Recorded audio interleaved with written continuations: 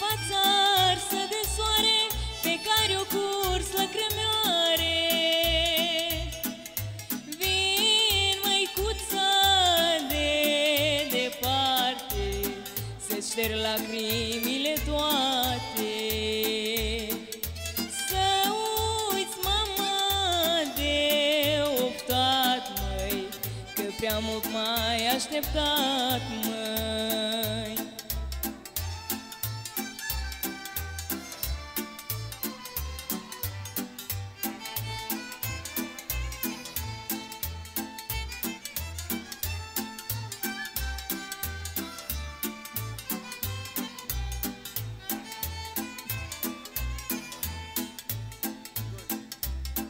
De-aș putea m-aș face vânt să-ți mângâi părul cărunt, măi.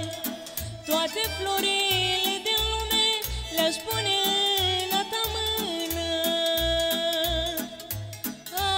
Ai muncit pentru copii, măi, ai făcut din noapte zi, măi.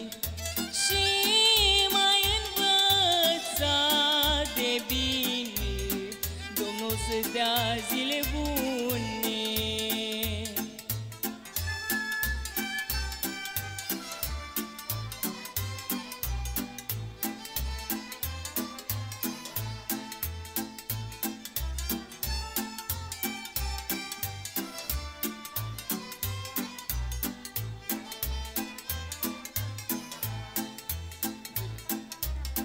Mamă, când mi-a fost mai greu, am cântat de dorul tău, măi.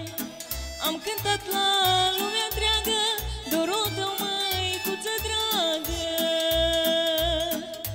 Și mă rog la tot ce-i sfânt să te țină pe pământ, măi. Să ai zile să trăiești și nepoții să-ți crești, măi.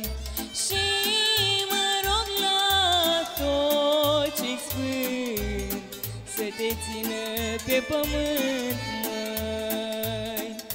Să ai zile să trăiești și nepoții să-ți crești, măi.